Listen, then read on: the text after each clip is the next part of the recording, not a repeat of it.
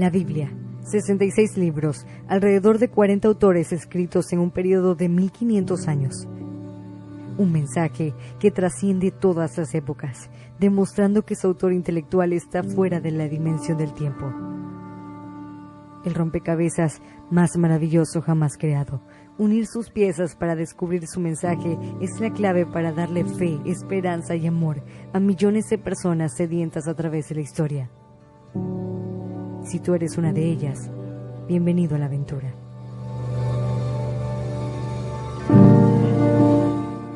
Esto es un rompecabezas divino, la Biblia en 66 piezas. Solo por Descubre la Biblia. La Biblia en 66 piezas, un rompecabezas divino. Texto introductorio a esta serie, Primera de Pedro, capítulo 1, versículo 23 al 25. Siendo renacidos no de simiente corruptible, sino de incorruptible, por la palabra de Dios que vive y permanece para siempre. Porque toda carne es como hierba, y toda la gloria del hombre como flor de la hierba. La hierba se seca y la flor se cae, mas la palabra del Señor permanece para siempre. Y esta es la palabra que por el Evangelio os ha sido anunciada. Pieza número 49 del rompecabezas corresponde a la carta a los Efesios. Texto introductorio a la carta a los Efesios, Efesios capítulo 2, versículo 1, que dice lo siguiente: y Él os dio vida a vosotros cuando estabais muertos en vuestros delitos y pecados. Autor de esta carta, apóstol Pablo, fecha antes del año 70 después de Cristo, en términos generales, en términos más específicos, entre el año 59 y 62 después de Cristo. Esta carta contiene 6 capítulos que vamos a dividir en 2 secciones. Primera sección, capítulos 1 al 3, que vamos a titular La plenitud de la iglesia, y capítulos 4 al 6, La actitud de la iglesia. Entonces, 2 secciones. Primera sección, capítulos 1 al 3, la plenitud de la iglesia, y segunda sección, capítulo 4 al 6, la actitud de la iglesia. La plenitud de la iglesia y la actitud de la iglesia. Detalles esenciales de la carta. Esta es una de las 4 cartas escritas por el apóstol Pablo desde la cárcel. Él escribió 4 cartas desde la cárcel, se les conoce como las cartas carcelarias o las cartas desde la cárcel. Y las otras 3 cartas, una de ellas es Efesios, la otra es Colosenses, la otra es Filipenses y la otra es Filemón. Acuérdense de esas 4 cartas: Efesios, Colosenses, Filipenses y Filemón. Esas 4 cartas las escribió desde la cárcel. El tema central, según algunos comentarios cristianos, es la unidad de judíos y gentiles en Cristo. Fíjense, esto está muy interesante. Ustedes leen un comentario cristiano y dice que esta carta es la que nos muestra la unidad que debe haber entre judíos y gentiles. O sea que judíos y gentiles en Cristo tienen que estar en unidad. Muy interesante, porque entonces si los mismos comentaristas cristianos dicen judíos creyentes en Cristo y gentiles creyentes en Cristo, ambos son uno. Dicen que son uno, pero el punto es, son uno, ¿y ahora qué son? ¿Cuál es la identidad de ellos? Bueno, pues eso es lo que vamos a descubrir en esta carta. Como veremos, si colocamos esta carta en el rompecabezas bíblico, estos gentiles son la pieza profética que faltaba para unir a todo Israel y traer la redención al mundo, cumpliendo así las promesas dadas a Abraham. Estos gentiles que están siendo alcanzados, estos efesios, estos colosenses, estos romanos, estos corintios, estos filipenses, colosenses, tesalonicenses, mexicanos, guatemaltecos, venezolanos, australianos, etcétera, de todas las naciones que están siendo llamados con Cristo, estos gentiles, estos extranjeros, son la pieza que falta para unir a todo Israel. Primera sección, capítulos 1 al 3. ¿Cómo dijimos que vamos a titular la primera sección? la plenitud de la iglesia, o la llenura de la iglesia. La iglesia se va a llenar de quiénes. Y vamos a subtitular esta primera sección, la plenitud de la iglesia, vamos a subtitularla con el misterio de la plenitud de la iglesia. El misterio de la plenitud de la iglesia, algo que se sabe poco, algo que pocos están comprendiendo. El apóstol Pablo lo comprendió, no todos lo entendieron, y a lo largo de la historia, aún hasta los últimos tiempos, ya en los últimos tiempos se va a revelar el misterio, pero por lo pronto es un misterio. ¿Cuál es ese misterio? ¿Quiénes son los gentiles que están siendo llamados para ser parte de los seguidores de Yeshua, del buen pastor? Romanos capítulo 11, versículo 11 al 12 dice lo siguiente. Romanos 11, versos 11 al 12 dice: digo pues, ¿han tropezado los de Israel para que cayesen? Esa es la pregunta que hace el apóstol Pablo en relación a la salvación a los gentiles. Ok, el Mesías está siendo predicado entre las naciones, ¿y qué pasó con Israel? Lo que era Israel en tiempos del apóstol Pablo. ¿Qué era Israel en tiempos del apóstol Pablo? ¿Cuál era el Israel identificado en tiempos del apóstol Pablo? Los judíos, la casa de Judá. Ese era el Israel no asimilado, ese era el Israel del que está hablando el apóstol Pablo. Y pregunta, ¿han tropezado los de Israel para que cayesen? O sea, los judíos que no entendieron, que no recibieron el Yeshua, ¿han tropezado para caer? ¿Ya cayeron? ¿Ya están fuera del plan de Dios? ¿Y qué contesta? En ninguna manera. Pero por su transgresión, ¿cuál fue su transgresión? No haber recibido a Yeshua, los líderes de Israel no lo recibieron como el rey. Por su transgresión vino la salvación a los gentiles para provocarles a celos.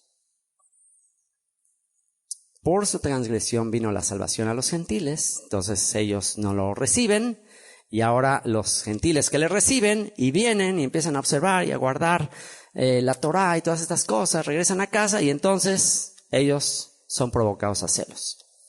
Y te aseguro que cualquier israelí, cualquier judío que nos ve aquí celebrando la fiesta de los tabernáculos, aún con la tempestad y con la lluvia y queriendo acampar aquí, dirían: wow, mis respetos. Provocarles a celos. Es delicioso, es hermoso, se siente increíble cuando provocas a celos a la casa de Judá. Si hay algo que me fascina, me encanta, es ver la expresión de judíos. Cuando vino aquí Adolfo Reutemann, cuando nos ve Mario Sabán y toda esta gente y nos ve, wow, cómo me encanta, me encanta. Provocarles a celos. Y si su transgresión es la riqueza del mundo y su defección la riqueza de los gentiles, cuánto más su plena restauración. Si el error que cometieron de no reconocer al Mesías trajo por consecuencia salvarnos a nosotros, ¿qué será cuando acepten a Yeshua? ¿Qué será cuando reconozcan que Él es el Mesías? Romanos 11, 25 al 26 dice: porque no quiero, hermanos, y se lo dice a los romanos, no quiero, hermanos, que ignoréis este misterio, para que no seáis arrogantes en cuanto a vosotros mismos, que ha acontecido a Israel. Y otra vez, ¿de qué Israel está hablando? Del Israel identificado de la casa de Judá. Ha acontecido a Israel endurecimiento en parte hasta que haya entrado la plenitud de los gentiles, Meló Goim, hasta que haya entrado Efraín. Ha ocurrido a la casa de Judá endurecimiento en parte. Ahora dice en parte, porque no todo Judá rechazó a Yeshua. De hecho, muchos de Judá recibieron a Yeshua. Los apóstoles, Nicodemo, José de Arimatea, o sea, hubo muchos que sí le recibieron. Hubo millares de judíos que se convirtieron. En Pentecostés, en el capítulo 2, había judíos ahí, prosélitos, que le recibieron, luego 3,000 se convirtieron, luego más adelante 5,000, o sea, millares de judíos creyeron en Yeshua. Entonces no es que todos los judíos rechazaron a Yeshua, en parte de Judá no lo recibió, principalmente el liderazgo. Entonces ha acontecido a Israel endurecimiento en parte hasta que haya entrado la plenitud de los gentiles. Y luego, y fíjense, esto está interesantísimo, o sea, esta frase la pasamos así de corrido, pero ponle atención a esta frase. Hasta que haya entrado la plenitud de los gentiles. Y cuando haya entrado la plenitud de los gentiles, ¿qué va a pasar? Fíjate lo que dice. Hasta que haya entrado la plenitud de los gentiles. Y cuando entre la plenitud de los gentiles, ¿qué dice? Y luego todo Israel será salvo. ¿Te das cuenta? O sea, los gentiles van a completar a Israel. Los gentiles son las ovejas perdidas que cuando regresen, ya, Israel es salvo. Ahora sí, las 12 tribus regresaron a casa, sanas y salvas. Como está escrito. Esto es lo que hablan los profetas, esto es lo que hablan las escrituras. Vendrá de Sión el libertador, vendrá de Sión, de Jerusalén el libertador, que apartará ¿de dónde? De Jacob la impiedad. Ahí está. Más claro que el agua. Cuando los gentiles entren, Jacob va a ser salvo. Apartará de Jacob la impiedad. Y ese es el tema de la carta a los Efesios. Vamos a ver el panorama de la plenitud de los gentiles que van a completar a Israel. Efesios capítulo 1, versículo 1 y 2. Dice así. Pablo, apóstol de Jesucristo, por la voluntad de Dios, a los santos y fieles en Cristo Jesús que están en Éfeso. Gracia y paz a vosotros de Dios nuestro Padre y del Señor Jesucristo. Es interesante que en algunos manuscritos no aparece la palabra Éfeso. En algunos manuscritos antiguos del Nuevo Testamento no aparece la palabra Éfeso. Solo dice Pablo, apóstol de Jesucristo, por la voluntad de Dios, a los santos y fieles en Cristo Jesús que están en, y manuscritos antiguos no dicen Éfeso. Algunos otros manuscritos más recientes sí dicen Éfeso. Entonces, ¿qué indica esto? Ahorita vamos a ver. Entonces dice Pablo, apóstol de Jesucristo, por la voluntad de Dios, a los santos y fieles en Cristo Jesús que están en Éfeso. Gracia y paz a vosotros de Dios nuestro Padre y del Señor Jesucristo. En algunos manuscritos, como les digo, antiguos, no aparece la palabra Éfeso, lo cual hace deducir a algunos comentaristas que Pablo escribió esta carta originalmente con un espacio en blanco, para que fuese leída en todas las comunidades como una carta universal. Es decir, la escribió sin poner ahí Éfeso, le dejó el espacio en blanco para que en cada comunidad que se leyera, pues, fuera aplicada para todos, ¿no? O sea, no dice Éfeso ahí, ponle la comunidad de la que eres parte, ponle el lugar de donde eres, porque esta carta es para todos. Y en otros manuscritos más recientes sí aparece Éfeso, pues como que, pues bueno, sobrevivieron algunas de las cartas que se leyeron en Éfeso, porque Éfeso era una ciudad muy importante, una comunidad importante en Éfeso. Y entonces, si esto es así, la carta a los Efesios es una carta universal. ¿Sabían ustedes que la palabra universal viene de la palabra católico o católica? ¿Sabían ustedes que iglesia católica significa iglesia universal? Entonces, la idea de la iglesia católica es una iglesia formada por naciones, por toda clase de naciones, entonces es universal. Entonces, en realidad, la expresión o la palabra católica, no te asustes, simplemente significa universal. De lo que sí hay que asustarte es romana, ahí sí no, ahí sí yo paso. Pero iglesia universal, vamos a ver que no hay tanto problema. Iglesia universal, hoy vas a entender un aspecto de identidad que generalmente no pensamos mucho en este aspecto de identidad del que va a hablar la carta universal, la carta que está escribiendo aquí Pablo, a los Efesios, a los de Solferino, a los de todas partes del mundo. Pero hay un aspecto que no pensamos mucho. Y pensamos mucho en nuestra identidad como israelitas. De hecho, hablamos mucho, somos parte de Israel, somos injertados a la familia de Abraham, somos parte de la familia de Abraham. O sea, de eso se habla mucho de nuestra identidad a nivel de aquí de la tierra, del planeta. Pero hay otro aspecto de la identidad del que va a hablar aquí el apóstol Pablo, que lo sabemos, pero así como por encimita. Yo mismo, ahora que escribí este comentario y que vi algunos textos que hablan de este otro aspecto de identidad, wow, me sorprendió. Y bueno, aunque ya lo sabía, pero como que me brincó muchísimo en la carta a los Efesios. Un aspecto de identidad que hoy me sorprendió muchísimo, me impactó muchísimo. Y es no nada más mi conexión física con Abraham, con Israel, con las 12 tribus, sino mi conexión con algo más, con un grupo al que pertenecemos. A ver, ponte a pensar ¿qué otro aspecto de identidad? O sea, también de qué somos parte. ¿De qué otra congregación somos parte? Y entonces sí podríamos decir que somos una congregación universal. Porque universal suena como a universo, ¿no? Entonces como que universal suena como que ya no nada más está hablando del planeta, sino ya está hablando de las galaxias y los planetas y, o sea, como que suena medio extraño decir universal. Una congregación universal, pues más bien sería una congregación internacional. Entonces hacemos mucho énfasis y tenemos muy presente que somos una congregación internacional. Somos parte de la congregación de todas las naciones de Israel, pero ¿universal? ¿A qué se refiere con esto universal? Ahorita les voy a decir a qué se refiere. Entonces, el hecho de que no tenga esa palabra Éfeso, pues indica esto, que es un mensaje general a todas las iglesias y una evidencia de que efectivamente fue una carta dirigida a todos los creyentes en todas las naciones, es la falta de saludos personales a individuos al final de la carta. Es muy común en las cartas de Pablo, siempre al final, ver una lista de nombres y salúdame a Febe y salúdame a Epafras y salúdame a Trifosa y, o sea, una lista larguísima de nombres que eso indicaría que le mandó una carta a una comunidad y pues dice ahí, salúdenme a Xochitl y a Dani y a Pedro y a Stevia y, o sea, pues está hablando de esa congregación en particular, pero al final no dice nombres, entonces eso implica que es como en general a todas las comunidades. Así que, ¿qué significa Iglesia Católica?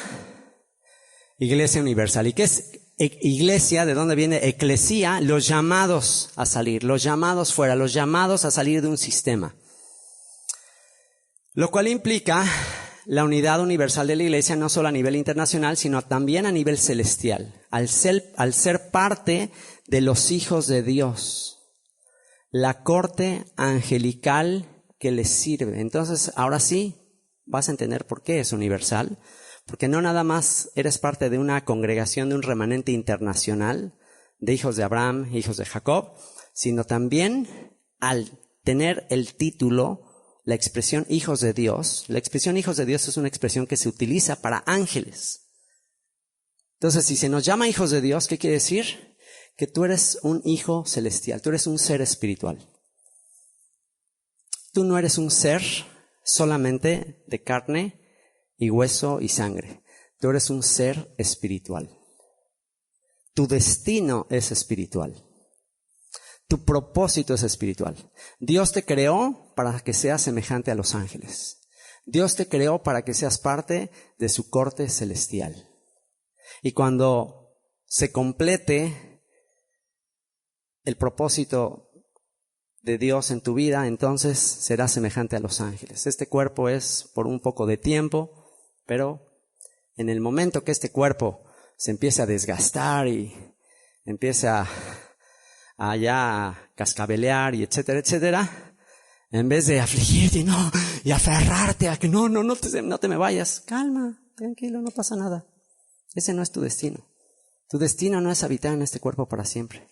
Este cuerpo es una morada temporal como las tiendas de campaña, como las enramadas. Es temporal y solamente tiene el propósito de educar y edificar tu carácter. Estás en este cuerpo corruptible, débil, limitado. ¿Para qué? Para formar tu alma. Así como estuviste 9 meses en el vientre de tu mamá para que tu cuerpo se formara, 9 meses para que el cuerpo, los músculos, los huesos se formen. 9 meses tardó tu cuerpo en formarse. Tardará cuando sales del cuerpo, ahora ¿qué se está formando? Fuera del vientre de tu mamá, ¿qué se está formando? Tu alma. Tu alma se está formando, se está fortaleciendo a través de las pruebas, a través de las dificultades, a través de todo lo que vivimos en este mundo. Tu alma se está fortaleciendo para el día en que, así como naciste de carne, de sangre, así como naciste del vientre de tu mamá, un día tu mamá dio a luz, también un día darás a luz como hijo de Dios, como hija de Dios, como ángel. ¿Cuándo? Cuando salgas de este cuerpo. Y así como saliste del vientre de tu mamá, también un día saldrás de este cuerpo y entrarás al ámbito espiritual, al ámbito angelical. Y la misión final es que una vez que estés como ángel, entonces tú vas a sustituir a los ángeles que se rebelaron contra Dios, a Satanás y a todos sus huestes. Entonces ellos se rebelaron. Sí, se rebelan conmigo. No se preocupen, yo tengo un plan. Voy a crear seres de carne, débiles, que no son nada. Y con estos viles, débiles, seres carnales, los voy a tomar para avergonzarlos a ustedes. Voy a utilizar a seres débiles para después juzgar a los ángeles. Y por eso podemos entender el Salmo 8. Le has hecho poco menor que los ángeles. Le coronaste de gloria y de honra. Le hiciste señorear sobre los peces del mar, sobre las aves de los cielos. Todo lo pusiste debajo de sus pies. Oh Señor Dios nuestro, cuán grande es tu nombre en toda la tierra. Entonces, ese es tu destino. Así que tú eres parte de una congregación universal. Tú eres un ser celestial. Tu morada es universal. Tu morada está en los cielos. Por eso, salte a ver las estrellas. Aquí está increíble. Salte a ver las estrellas. Por eso en esta fiesta de los tabernáculos es para que veas las estrellas y digas, yo no soy de este mundo. Yo pertenezco al ámbito celestial. Ustedes no son de este mundo, dijo. Padre, no te ruego que los quites del mundo, sino que los guardes del mal. Cuando estés aquí, guárdalos del mal, pero ustedes no son de este mundo. Mi reino no es de este mundo. Si mi reino fuera de este mundo, mis discípulos pelearían, pero mi reino no es de este mundo. Así que cada que hacemos tevilá, por eso el mandamiento de la tevilá. La tevilá, ya está listo el mikve, ya está listo aquí frente a la sinagoga. Ahora entienden por qué los esenios huyeron al desierto y se construyeron unos mikves y estaban vestidos de blanco y todos los días lo primero que hacían era bautizarse, meterse a la tevilá todos los días y oraban juntos y se vestían así, les digo, de lino blanco, eran sacerdotes y todo el tiempo unidos diciendo, somos los hijos de luz. Somos seres angelicales. Y un día va a venir la guerra del reino de la luz con el reino de las tinieblas, los hijos de Belial contra los hijos de luz. Y el hecho de bautizarse todos los días implica la renuncia a este mundo, la renuncia a la carne, la renuncia a vivir conforme a esta carne y vivir conforme al Espíritu. Entonces, cada vez que tú te bautizas, le haces una declaración de guerra al mundo angelical de maldad. Todos los días que tú te bautizas, y esto lo puedes hacer todos los días si quieres, o antes del Shabbat para renovar el pacto, pero cada vez que tú te bautizas, estás diciendo, yo no soy de este mundo. Yo no vivo conforme a la carne, yo vivo conforme al Espíritu.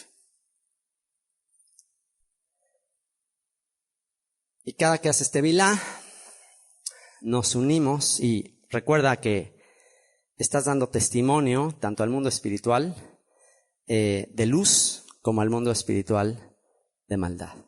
Le estás dando testimonio al mundo espiritual de luz, yo soy uno con ustedes, y le estás diciendo a las tinieblas, si saben contar, no cuenten conmigo.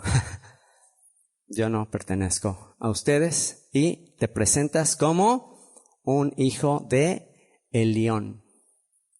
Elión es el título que se le da en la Biblia al Altísimo. Soy hijo del Altísimo. Soy un hijo de Dios. No soy de este mundo. Efesios 1, 13 al 14 expresa esto. Vean lo que dice. Bendito sea el Dios y Padre de nuestro Señor Jesucristo, que nos bendijo con toda bendición espiritual en los lugares celestiales en Cristo. ¿Te das cuenta? Tu ciudadanía no nada más es aquí. Bendito sea el Dios y Padre de nuestro Señor Jesucristo, que nos bendijo con toda bendición espiritual en los lugares celestiales en Cristo, según nos escogió en Él antes de la fundación del mundo, Antes de que creara la materia, Él ya tenía el plan para ti. Según nos escogió en Él antes de la fundación del mundo, ¿para qué? Para que fuésemos santos, apartados, consagrados para su uso personal y sin mancha delante de Él.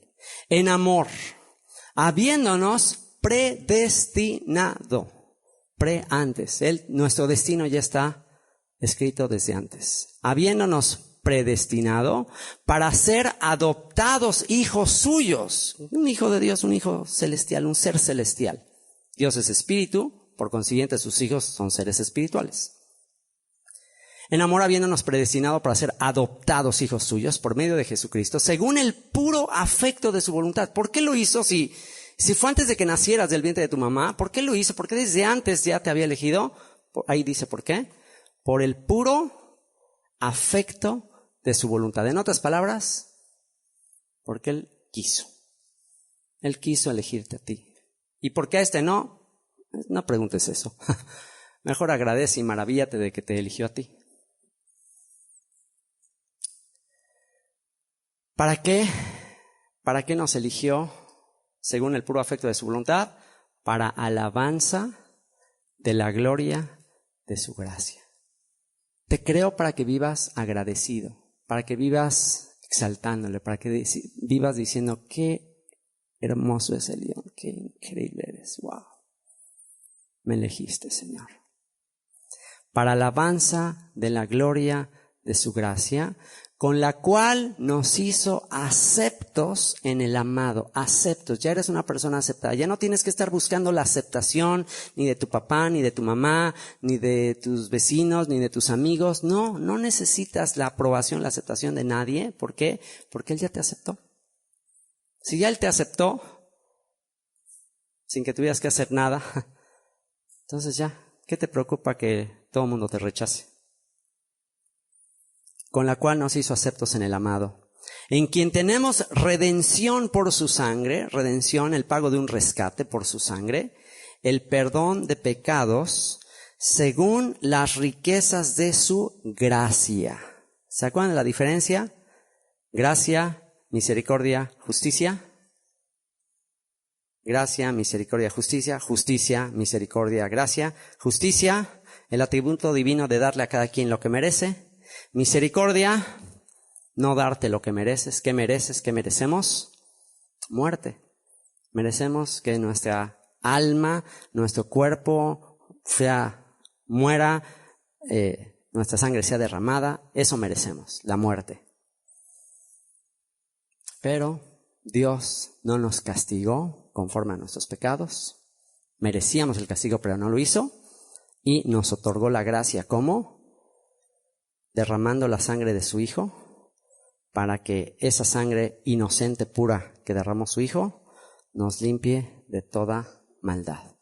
Entonces recibimos el perdón, recibimos la vida eterna, recibimos la santidad, recibimos el privilegio, el derecho de ser hijos de Dios, de vivir con Él por la eternidad, por su gracia, que hizo sobreabundar para con nosotros en toda sabiduría e inteligencia, dándonos a conocer el misterio de su voluntad, según su beneplácito. Sí, porque le plació, porque le dio la gana, porque Él es soberano, porque Él tiene derecho a escoger a quien Él quiera, el cual se había propuesto en sí mismo de reunir todas las cosas en Cristo en la dispensación del cumplimiento de los tiempos. En la dispensación, o sea, como que Dios tiene un plan en base a ciertas épocas, en base a un programa. Él no juega los dados, no está a ver qué sale, no. Él ya tiene un programa, ya todo, y Él es súper puntual. O sea, Él nunca llega tarde, todo lo tiene súper establecido, súper controlado. Y dice, de reunir todas las cosas en Cristo en la dispensación del cumplimiento de los tiempos, así las que están en los cielos como las que están en la tierra, en Él asimismo tuvimos herencia, habiendo sido predestinados conforme al propósito del que hace todas las cosas según el designio de su voluntad, a fin de que, seamos para alabanza de su gloria, nosotros los que primeramente esperábamos en Cristo. En él también vosotros, habiendo oído la palabra de verdad, el evangelio de vuestra salvación, y habiendo creído en él, fuisteis sellados con el Espíritu Santo de la promesa. Por haber creído lo que está escrito, como que Dios te puso un sello en la frente. ¿Y cuál es el sello en la frente? El sello en la frente es que quieres obedecer. El sello en la frente es sus mandamientos en tu frente. Y pondré mi espíritu y escribiré mis mandamientos en su mente y en su corazón. ¿Cómo sabes que eres un elegido de él? Porque estás aquí, estás leyendo la Biblia, estás queriendo aprender, estás queriendo obedecer. Ese es el sello. Si por mí fuera, andaríamos haciendo otras cosas carnales totalmente. ¿Pero qué sucedió? Fuiste sellado. Y ese sello, ese deseo que tienes de hacer el bien, de hacer su voluntad, de obedecerle, ese sello es la garantía. Son las arras de tu herencia. Es como, te dejo esto como garantía, el que estás queriendo obedecer, hasta la redención de la posesión adquirida para alabanza de su gloria. Te dejo de garantía que eres mío porque me quieres obedecer. Esa es la garantía de que eres mío. Y el día que se cumpla totalmente la redención, en base a esa garantía que tienes en tu frente de que quieres obedecer, te voy a cambiar tu cuerpo. Eso es lo que dice. Hasta la redención de la posesión adquirida.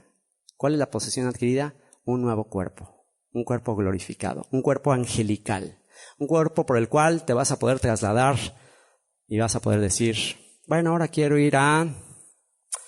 voy a Venus, ahora voy a Júpiter, ahora me voy a la galaxia más lejana, así como carro de fuego. Entonces, de aquí a que eso sucede, bueno, te dejo un sello para que veas que tú eres un ser angelical, que tú no eres de este mundo, que tú no perteneces a este mundo. Y entre más meditas en esto y entre más el Señor te llena de él, más te sientes parte de este mundo. O sea que si te sientes muy cómodo en este mundo, preocúpate. Pero si ya llega un momento en que ya me hartó este mundo, ya me hartó las cosas de este mundo, entonces eso quiere decir que recibiste un sello. Efesios 2, 1 al 15, y él os dio vida a vosotros. ¿En qué momento te selló? ¿En qué momento te atrajo? ¿En qué momento te sedujo para venir a él? Él os dio vida a vosotros cuando estabais muertos en vuestros delitos y pecados, en los cuales anduvisteis en otro tiempo, siguiendo la corriente de este mundo, conforme al príncipe de la potestad del aire, el espíritu que ahora opera en los hijos de desobediencia, entre los cuales también todos nosotros vivimos en otro tiempo, en los deseos de nuestra carne, haciendo la voluntad de la carne y de los pensamientos, y éramos por naturaleza hijos de ira, lo mismo que los demás. ¿Sí? Antes de haber recibido esta adopción como hijos de Dios, pues ¿cómo éramos?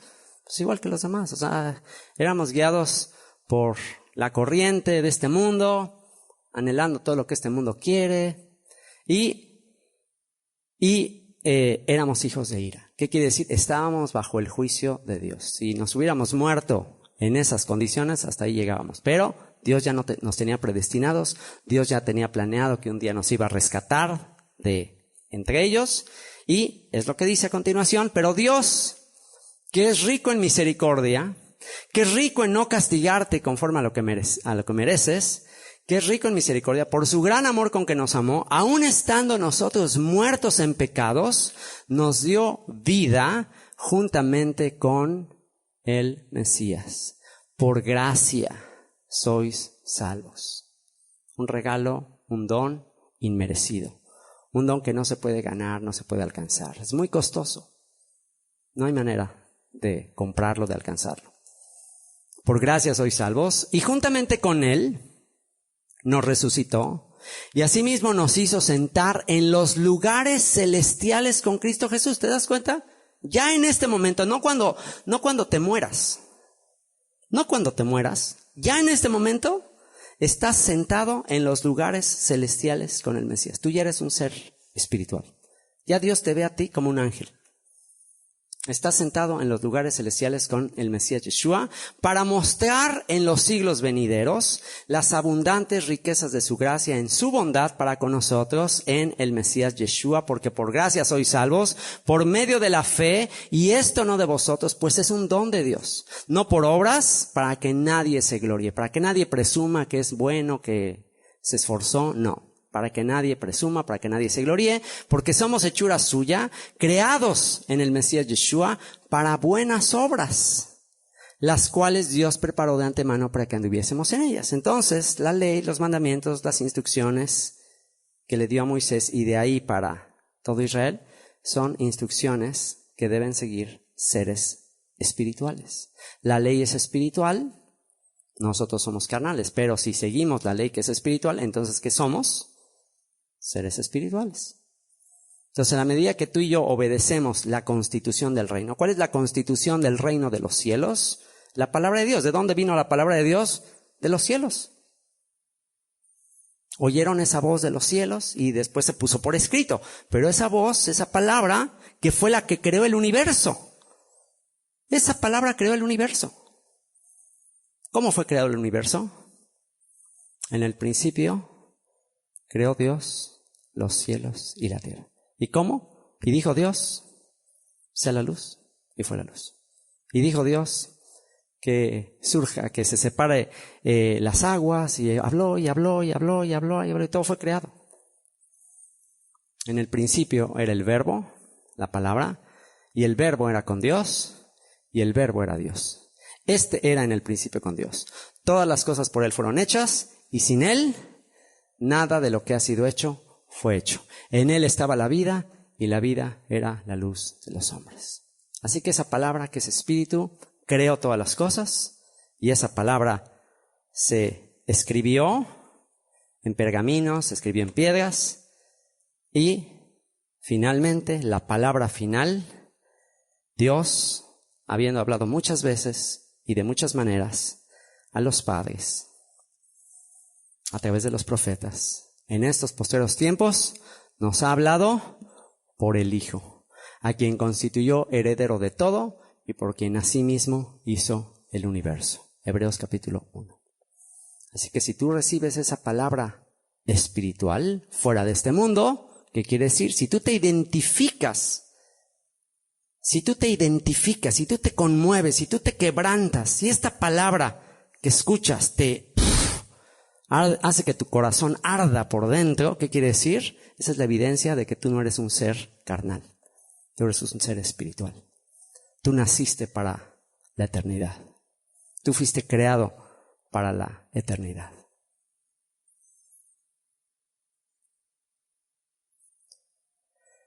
Por tanto, acordaos de que en otro tiempo vosotros, los gentiles en cuanto a la carne, en otros tiempos, tú y yo éramos gentiles, no.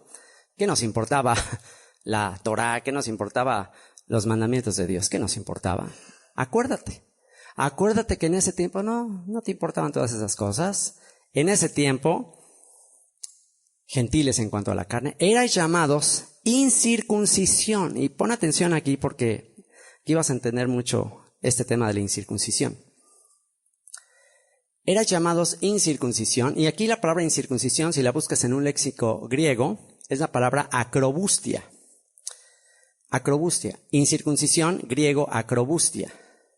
Y acrobustia viene de una palabra en griego que es la palabra acrón, que significa que es una referencia a la punta del miembro viril, la punta del pene, el prepucio, la punta. Entonces dice, acuérdate que en otro tiempo tu énfasis, gentil, acuérdate que en otro tiempo tu énfasis era la punta de tu pene, en otras palabras, el placer de la carne. Ese era tu énfasis. Todo lo que hacías era movido por la carne, por los deseos, por las pasiones. Y erais llamados por consiguiente, pues, que nada más se guía por eso. ¿Por quiénes? Por la llamada circuncisión, o hablando del judío. El judío, pues el énfasis, por eso es lo que implica la circuncisión. De hecho, ¿por qué se hace la circuncisión? O sea, hay muchas razones de por qué la circuncisión, pero uno de ellos que implica el cortar ese pedacito del piel, implica que esa parte que es muy sensible, a ver, niños, no se tapen los oídos, tarde o temprano van a tener una clase de medicina o de anatomía o lo que sea y van a saber. Entonces, bueno, ya es parte de la clase de anatomía. Esa es una parte muy sensible, llena de terminaciones nerviosas, súper sensible. Entonces, al estar cubierta de piel, pues es todavía más sensible. Entonces, cuando se quita ese pedazo de piel, esa parte que es súper sensible, pues ya todo el tiempo está expuesta. Y se los digo por experiencia, yo no estoy hablando en teoría, se los digo por experiencia. Yo pasé por ese proceso. Entonces, al ya estar todo el tiempo expuesto, ya se va haciendo insensible, ya no tiene tantas sensaciones. Tiene sus ventajas porque es más higiénico, etcétera, pero se pierde sensibilidad por estar más expuesto. Y entonces, pues ya todo el tiempo está rozando con tela, todo el tiempo se va haciendo insensible poco a poco. Por consiguiente, ya no es el énfasis de antes de que pues está súper sensible. Y entonces de ahí puedes entender toda una enseñanza relacionada con la circuncisión. Y es, si uno de los planes de Dios en la circuncisión es que esa parte no fuera tan sensible, porque ¿qué pasaría si fuera súper sensible y todo el tiempo estuvieras teniendo ganas de tener esa sensación? Pues ¿qué pasaría? Pues que nada más estarías pensando en eso. ¿Pero qué crees? Dios te creó para algo más que para pensar solo en eso. Dios no te creó nada más para los instintos y para comer y para sentir rico. Dios te creó para la eternidad. Dios te creó para la eternidad. Dios te creó para vivir con Él en la eternidad. Y cuando seamos como ángeles, ¿qué dice? No se casarán ni se darán en casamiento, sino que serán semejantes a los ángeles. Ahí ya, eso no va a ser el énfasis. Entonces, acordaos que en otro tiempo ustedes, gentiles, eran llamados incircuncisión. ¿Qué quiere decir? Que solo te guiabas por instintos. Solo andabas, ahora sí que como león rugiente, buscando a quien devorar. Ese era todo tu ente, o sea, y todo.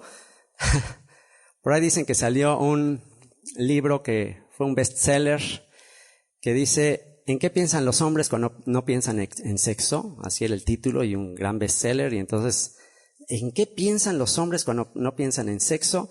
Y abres el libro de 500 páginas y todas las páginas están en blanco. O sea, solo están pensando en eso, ¿no? Y a veces pobres esposas andan, oye, ya, párale, espérate, corriendo, porque... Pero dice, acuérdate, gentil extranjero, que antes era llamado esa parte incircunciso es alguien que solo hace énfasis en la punta de su pene. Eso es lo único que le importa. Tener placer en la punta de su pene. Eso es todo. Acordaos de que en otro tiempo, vosotros los gentiles, y ponte a pensar el entretenimiento de los gentiles, las películas de los gentiles, los antros de los gentiles, los libros de los gentiles, los templos, Diana, todo giraba en relación a ¿qué? Los monumentos de los gentiles. ¿Qué es el monumento de los gentiles? Ahí hasta en Washington D.C. está el monumento que es un pene con la punta ahí. Ese es, o sea, imagínate, en Washington D.C., el obelisco. ¿Cuál es? Entonces, ahí tienes la clara evidencia de qué mueve a este mundo. ¿Por qué tener riquezas y dinero? ¿Por qué? Porque el dinero, todo eso me da más posibilidad de más placer y de tener más todas estas cosas. Entonces, ¿qué te está diciendo Pablo? en este contexto de eres un ser espiritual, eres un ser celestial, estás sentado en los lugares celestiales con Cristo, ¿qué te está diciendo? Ya, tú no eres un ser de este mundo, deja de pensar en estas cosas. Y tú eras llamado incircuncisión acrobustia por la llamada circuncisión. Y esa palabra circuncisión es peritomé, en griego, por la llamada circuncisión, una referencia al judío, que el judío, pues por eso el judío, el énfasis es tener una esposa. Por eso el apóstol Pablo, en su primera carta a los Corintios, dice que a causa de las fornicaciones, a causa de que pues nada más va a estar pensando en eso, cada quien tenga su propia esposa, y a causa de tanta fornicación. Entonces, el judío, el énfasis en la familia, el énfasis en engendrar hijos, el énfasis en algo más que los gentiles. Dice, la llamada circuncisión, los judíos. ¿Qué significa peritomé? Que es la palabra que se traduce aquí, es una palabra diferente. Peritomé, y viene de dos palabras. Peri como el periférico. ¿Qué es periférico? Circular. Algo que es circular o algo que es alrededor. Y la palabra tebno. La palabra tebno significa corte. Así que peritomé significa corte circular. Corte circular. Entonces, ¿quién es la circuncisión? El judío que hace un corte circular. Corte circular para quitar el prepucio. Entonces, los que hacen el corte circular para cortar el prepucio, por consiguiente, para que tu énfasis no sea puro placer, llaman a ustedes incircuncisos, llaman a ustedes que su énfasis está en la punta, como estos son como, por eso les dicen perros, porque ves a los perros que andan a ver a con quién se meten. Y es súper común ver en las calles ahí donde hay perros callejeros, es muy común ver ahí en esos pueblitos, ves siempre a los perros ahí, y hay más perros cada vez. Entonces, pues por eso dice, los gentiles son como perros, nada más están pensando en eso. Entonces, ve lo que dice, y ahorita vas a entender más en este contexto de los gentiles que buscan que su énfasis está en la punta. Hay un texto que te va a ayudar a entender el contexto de esto, que está en la primera carta a los Macabeos, capítulo 1, versículo 1 al 15. Fíjate lo que dice Primera de Macabeos, capítulo 1, versículo 1 al 15. ¿Te das cuenta que la Biblia no está como, ay, no hablen de estas cosas con los niños, los jóvenes, ¿qué van a pensar? No, la Biblia trata estos temas sin ningún problema, y si esto lo leyeras en las palabras originales y si leyeras el contexto, te das cuenta que se habla con mucha naturalidad de eso. Mejor hablarlo con naturalidad que no hablarlo y pues ahí están los jóvenes entre ellos y recibiendo información ¿de dónde? Pues del lado de las tinieblas. Mejor hablarlo así en luz y hablar claramente de estas cosas y entonces ya sabes cómo comportarte. Primera de Macabeos capítulo 1 versículo 1 al 15 dice: Alejandro de Macedonia, hijo de Filipo. ¿Quién es este Alejandro de Macedonia? Alejandro Magno, que es muy interesante la historia de Alejandro Magno. Se dice que Alejandro Magno, incluso se dice que Alejandro Magno fue el fruto de una relación sexual entre una mujer, supuestamente su mamá dice que tuvo una relación con uno de estos dioses de la mitología. Tú te sabes mejor la historia, ¿no? A ver, platícanos la historia. Es que ella investigó de esto, lo de la mamá de Alejandro Magno. Es importante para agregarlo a esta pieza del rompecabezas. A ver, buenas noticias, Abigail. Recuérdanos qué investigaste del nacimiento de Alejandro Magno. Ok, bueno, que en la historia hablan sobre Alejandro Magno como un mitad dios y mitad hombre.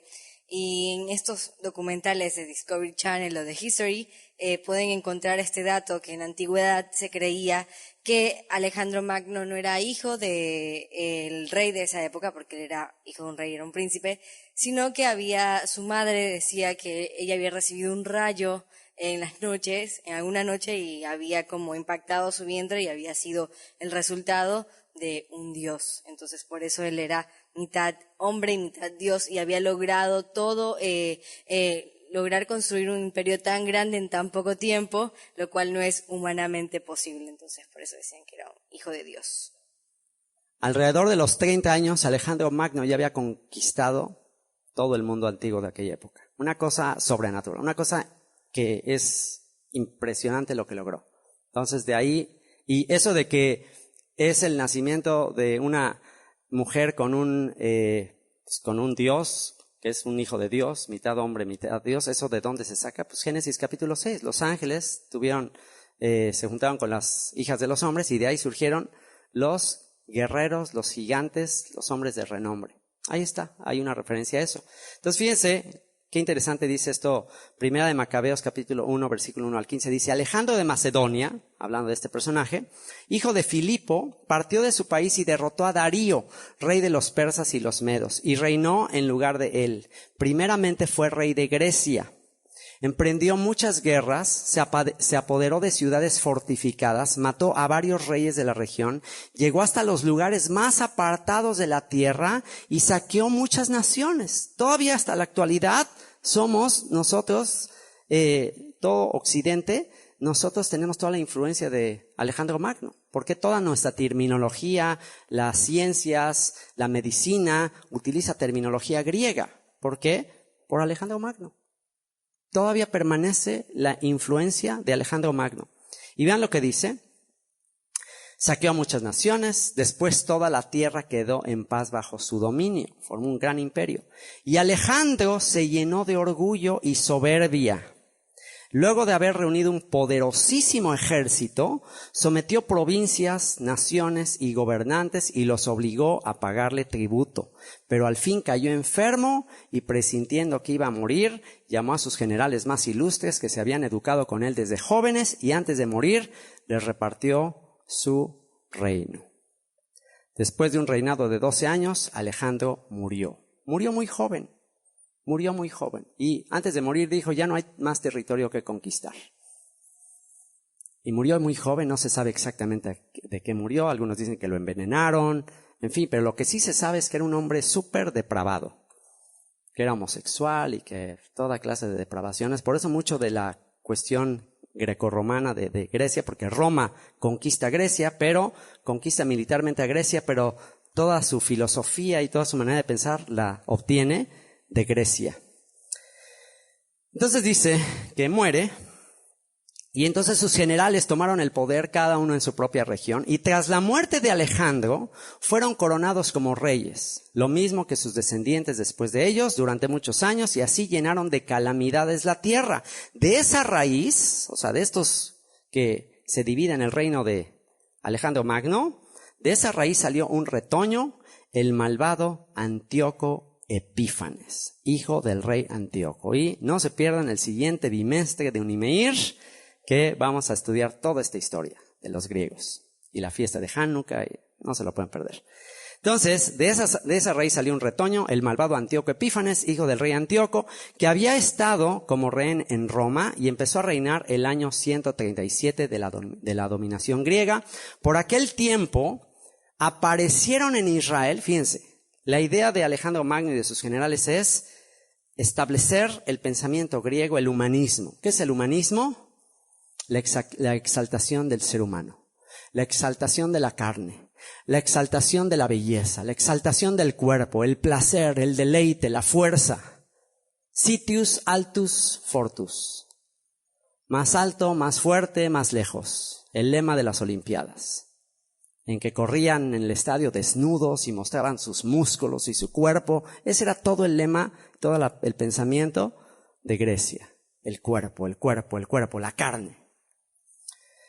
Y dice, en aquel tiempo aparecieron en Israel, ¿cuál es el llamado Israel? Y ustedes me serán una nación santa, un reino angelical, un reino celestial, que se basa no en el cuerpo, sino se basan en el intelecto, se basan en la espiritualidad, se basan en el texto sagrado.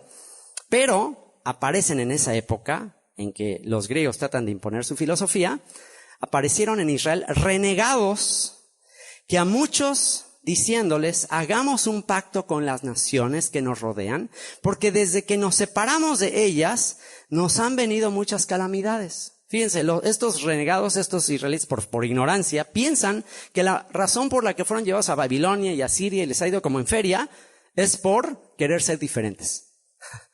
Entonces, no, ya hay que ser como las naciones. ¿Para qué queremos ser diferentes? Bien, nos ha ido muy mal. Mejor ya hay que ser amigos de las naciones. Qué interesante, porque es la misma filosofía actual del israelí.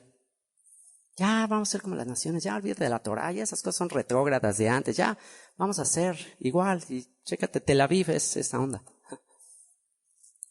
Hagamos un pacto con las naciones que nos rodean, porque desde que nos separamos de ellas nos han venido muchas calamidades.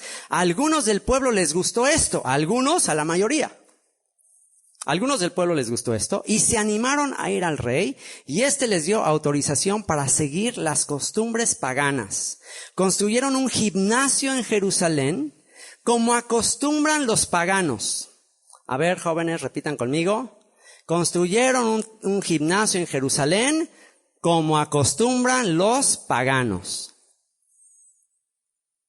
Se hicieron operaciones para ocultar la circuncisión, renegando así de la alianza sagrada, se unieron a los paganos y se vendieron para practicar el mal. Se dedicaron a la carne. ¿Y qué hicieron con su prepucio? Lo alargaron. Entonces, su énfasis fue la punta. Otra vez, renegando de la alianza de Abraham. Entonces, con eso puedes entender lo que Pablo está queriendo decir al decir acrobustia. Entonces, ¿quiénes son los incircuncisos de Éfeso, de los Efesios? Todos estos que menciona como los incircuncisos, ¿quiénes son?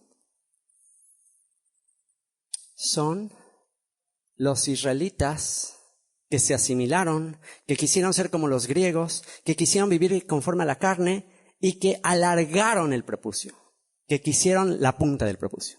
A eso se está refiriendo. Porque si hablara de gentiles totales, incircuncisos, entonces en vez de poner acrobustia, hubiera puesto aperitoné, porque peritoné es corte circular, aperitoné es sin corte circular.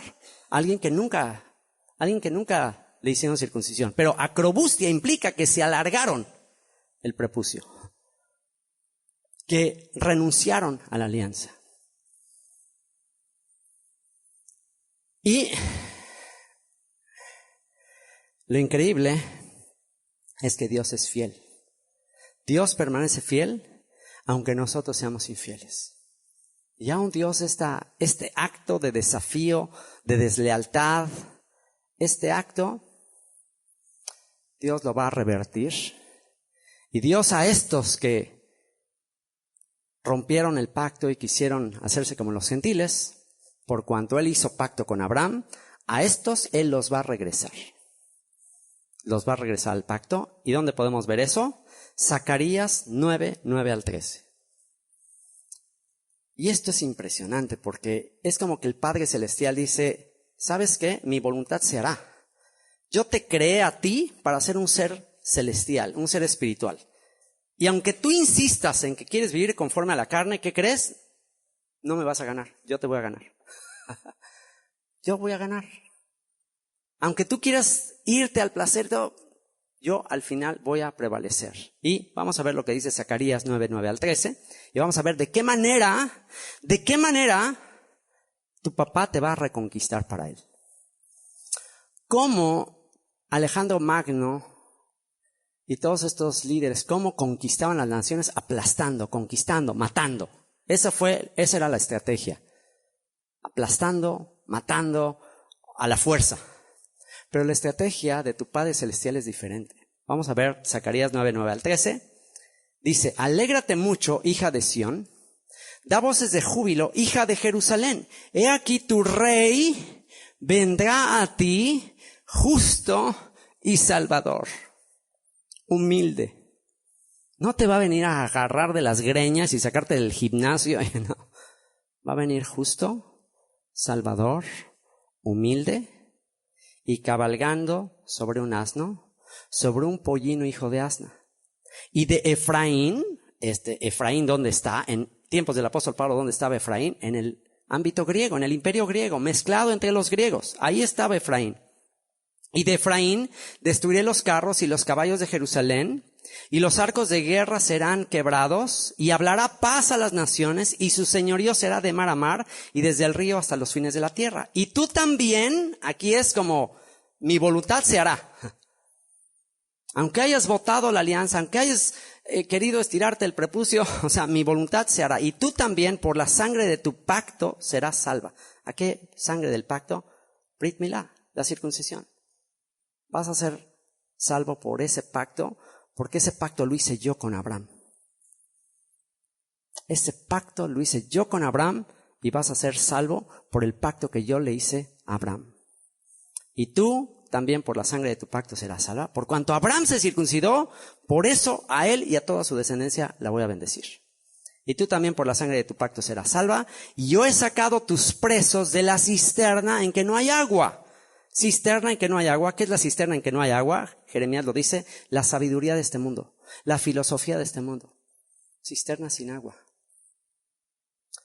Volveos a la fortaleza. Y este es un llamado a sus hijos. Este es un llamado a los hijos de Sión. Vuélvete a la fortaleza. Vuélvete a la fortaleza, oh prisioneros de esperanza. Hoy también os anuncio que os restauraré el doble, porque he entesado para mí a Judá, he estirado a Judá como arco, e hice a Efraín su flecha. Y despertaré a tus hijos, oh Sión, contra tus hijos, oh Grecia, y te pondré como espada de valiente. ¿Qué les parece? Dios despertará a los hijos de Sión. Dios va a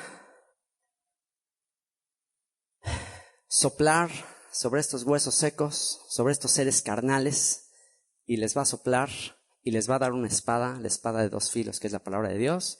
Y entonces, una vez que estos de Efraín, que están entre los griegos, reaccionen, sean circuncidados en el corazón, entonces van a acabar con la arrogancia de la filosofía griega.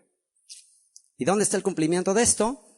Juan capítulo 12, versículo 12 al 25. Ahí vamos a ver el inicio del cumplimiento de esta profecía de Zacarías. Juan 12, 12 al 25. Dice, el siguiente día grandes multitudes que habían venido a la fiesta, al oír que Yeshua venía a Jerusalén, tomaron ramas de palmera y salieron a recibirle y clamaban, Hoshiana, Hosana, bendito el que viene en el nombre del Señor, el Rey de Israel.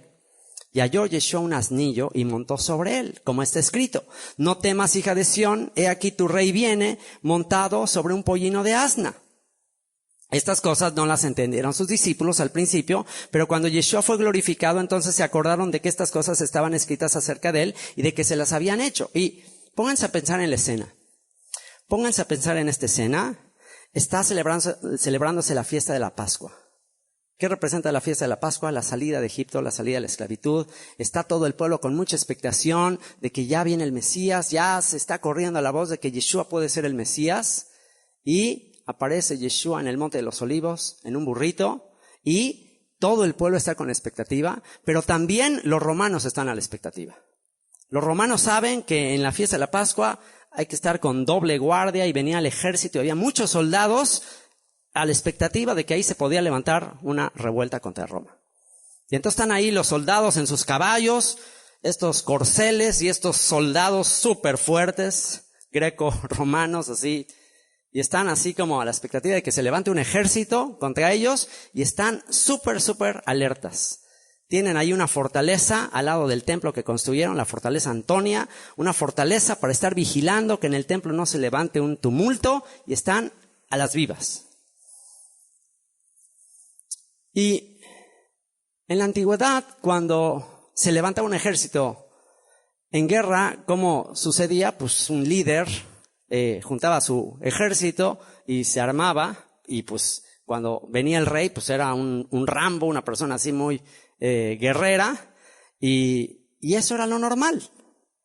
Entonces, pues estos romanos con la preocupación de que en cualquier momento surgiera uno de esos, un Rambo, uno de estos, y de repente, ¿qué es lo que ven? Ven en el Monte de los Olivos un Galileo, un campesino, un carpintero, un albañil, subido en un burrito, bajando, y todo el pueblo diciendo, Hosana, sálvanos, hijo de David, este es nuestro rey. Y él en su burrito. Y los romanos en sus corceles, caballos blancos, así impresionantes, unos corceles, todo el ejército, todo el equipo.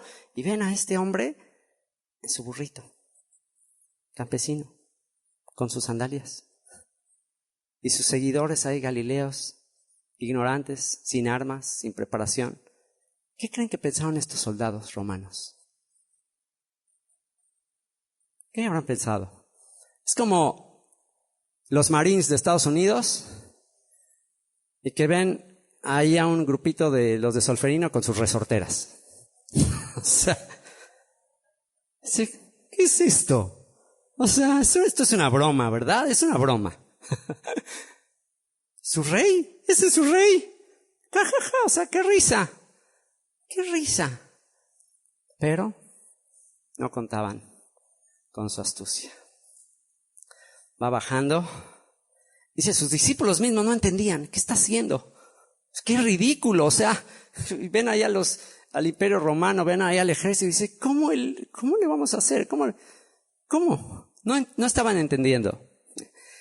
Y dice, estas cosas no las entendían sus discípulos al principio, pero cuando Yeshua fue glorificado, entonces se acordaron de estas cosas, de que estas cosas estaban escritas acerca de él y de que se las habían hecho. Y daba testimonio a la gente que estaba con él cuando llamó a Lázaro del sepulcro y le resucitó de los muertos. Por lo cual también había venido la gente a recibirle, porque había oído que él había hecho esta señal. Pero los fariseos dijeron entre sí, ya veis que no conseguís nada, mirad, el mundo se va tras él. Y recuerden la profecía de Zacarías, cuando habla de esto, de que vendrá el rey justo, Salvador, ¿qué sucede ahí? ¿Cuál es el contexto? Que ahí va a levantar a flechas de Efraín para acabar con los griegos. Y vean, ese es el contexto, esa es la profecía. Y aquí, en el cumplimiento, dice, verso 20, había ciertos griegos entre los que habían subido a adorar en la fiesta. Fiesta de la Pascua, están unos griegos, está por cumplirse esa profecía. Efraín, ¿estos griegos quiénes son? Efraín. Había ciertos griegos entre los que habían subido a adorar en la fiesta. Estos pues se acercaron a Felipe, que era de Betsaida. Betsaida, ¿qué significa? Casa de pesca. Bet, casa, Saida, casa de pesca. Se acercaron a Felipe, que era de la casa de pesca. Efraín ya está mezclado entre las naciones en Grecia. Y se acercaron a Felipe, que era de Betsaida, de Galilea, y le rogaron, Galilea de los gentiles. Y le rogaron diciendo, Señor, quisiéramos ver a Yeshua. Fíjense. Estos griegos vienen del mundo griego. Vienen de lugares donde se adora a Diana de los Efesios, donde se adora a Afrodita, donde es ir a los templos a tener placeres, a dedicarte a la carne. Y ya no están en Grecia, ¿ahora dónde están? Están en Jerusalén. ¿Qué quiere decir? Ya se hastiaron de Diana de los Efesios, de Afrodita, ya están hartos del dios Pan, ya están hartos de todo esto, ya buscan algo más, ya se dieron cuenta que hay algo más, ya se dieron cuenta que esta carne, ¿cuál es? Ya 5 minutos de placer, 10, ya, ¿eso qué? Ya se dieron cuenta que fueron creados para algo más. Y están viniendo a Jerusalén y están buscando a Yeshua. Yeshua es el arco. Yeshua es el arco que va a lanzar a Efraín a derribar la arrogancia de Grecia. Y quieren hablar con Yeshua. Y cuando Yeshua se entera, dice, Yeshua le respondió diciendo, se entera que ya vienen los griegos con él, pero ¿qué pasa? Como ya se contaminaron con prostitutas, como ya se contaminaron, están contaminados en la carne, entonces no los puede tomar. Ya son adúlteros, son infieles. La esposa que va y adultera con otros ya no puede regresar. Si el marido ya le dio una carta de divorcio, ya no puede regresar. Ya no puede. Entonces, cuando ve que están regresando, los quiere tomar. O sea, te aseguro que estaba queriendo irlos a abrazar, pero no puede. ¿Por qué? Porque están en un estado de impureza. Entonces, cuando los ve que llegan, quieren ya estar con él, pero están impuros, ¿qué dice? Yeshua le respondió diciendo, ha llegado la hora para que el Hijo del Hombre sea glorificado. De cierto os digo, que si el grano de trigo no cae en la tierra y muere, queda solo. si no hago esto, me voy a quedar solo. Si no yo doy mi vida por ellos, me quedo solo. Si espero que ellos solitos sean espirituales, pues no hay nadie. Me voy a quedar solo. Entonces, ¿qué voy a hacer? Voy a dar mi vida por ellos. Los voy a purificar, los voy a limpiar. Y entonces, ahora sí voy a poder recibir a todos. De cierto os digo que si el grano de trigo no cae en la tierra y muere, queda solo. Pero si muere, lleva mucho fruto. El que ama su vida, y este es el mensaje que te está dando. Si tú amas tu vida en este mundo, si tú amas el placer, si tú quieres esto, ¿sabes qué? Vas a perder tu vida. El que ama su vida, la perderá. Y el que aborrece su vida en este mundo, que solo busca eso, para vida eterna, la guardará. Efesios 2, 16 al 22. Y mediante la cruz reconciliar con Dios a ambos en un solo cuerpo, matando en ella las enemistades, y vino y anunció las buenas nuevas de paz a vosotros que estabais lejos y a los que estaban cerca, porque por medio de él los unos y los otros tenemos entrada por un mismo espíritu al Padre. Así que ya no sois extranjeros, si ya regresaste ya no eres extranjero, ni advenedizos o ciudadanos de segunda categoría, sino conciudadanos de los santos y miembros de la familia de Dios, edificados sobre el fundamento de los apóstoles y profetas, siendo la principal piedra del ángulo Jesucristo mismo, en quien todo el edificio bien coordinado va creciendo para ser un templo santo en el Señor, en quien vosotros también sois juntamente edificados para morada de Dios en el Espíritu. ¿Ok? Los que estaban lejos y los que estaban cerca son Hechos 1, ¿dónde está escrito eso? Ezequiel 37, 15 al 28. O sea que, ¿qué está en la mente del apóstol Pablo cuando dice que estos que estaban lejos van a venir y los que están cerca y se van a unir en uno? ¿En qué está pensando? Bueno, Ezequiel 37, 15 al 28 habla de eso. Ezequiel escribe lo siguiente. Vino a mí palabra del Señor diciendo, hijo de hombre, toma ahora un palo y escribe en él para Judá y para los hijos de Israel sus compañeros. Toma después otro palo y escribe en él para José, palo de Efraín y para toda la casa de Israel sus compañeros. Júntalos luego el uno con el otro para que sean uno solo y serán uno solo en tu mano. Y cuando te pregunten los hijos de tu pueblo diciendo, ¿no nos enseñarás qué te propones con eso? Diles, así ha dicho el Señor, el Eterno. Aquí yo tomo el palo de José que está en la mano de Efraín y a las tribus de Israel sus compañeros y los pondré con el palo de Judá y los haré un solo palo y serán uno en mi mano. Y los palos sobre que escribas estarán en tu mano delante de sus ojos y les dirás, así ha dicho él que será el que es y el que fue el Señor. He aquí yo tomo a los hijos de Israel de entre las naciones, que en el tiempo del apóstol Pablo, ¿dónde estaban? Entre los griegos.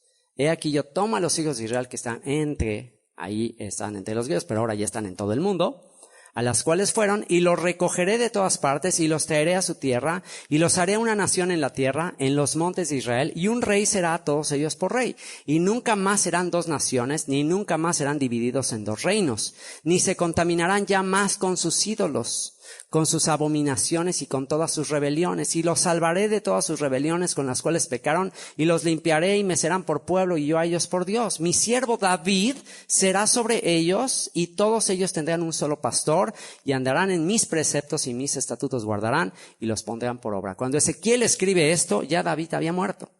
Entonces, ¿cómo es posible que dice que David va a gobernar por ellos, sobre ellos? Pues porque el capítulo 37 está hablando de los huesos secos que van a resucitar. Y esos huesos secos son Israel. Entonces, entre esos huesos secos que van a resucitar está David y, pues, obviamente, más específicamente, el hijo de David, a quien Dios le dijo que reinaría y tendría un imperio eterno, un imperio universal. Y mi siervo David será rey sobre ellos y todos ellos tendrán un solo pastor y andarán en mis preceptos y mis estatutos guardarán y los pondré por obra. Habitarán en la tierra que di a mi siervo Jacob, en la cual habitaron vuestros padres. En ella habitarán ellos, sus hijos y los hijos de sus hijos para siempre. Y mi siervo David será príncipe de ellos para siempre y haré con ellos pacto de paz, pacto perpetuo será con ellos y los estableceré y los multiplicaré y pondré mi santuario entre ellos para siempre. Estará en medio de ellos mi tabernáculo y seré a ellos por Dios, y ellos me serán por pueblo. Y sabrán las naciones que yo, el Señor, santifico, consagro, aparto a Israel, estando mi santuario en medio de ellos para siempre. ¿Por qué estamos celebrando la fiesta de los tabernáculos? ¿Por qué? Para enfatizar que este cuerpo es como una tienda de campaña de esas. Entonces, ¿qué vas a hacer? Si es tan temporal como una tienda de campañas de esas, ¿vas a dedicarle tanto tiempo a eso que es temporal? ¿Vas a dedicarle tanto tiempo y tantos recursos a algo tan vano? Estamos aquí de paso. Mira las estrellas. Tú eres como una de esas estrellas.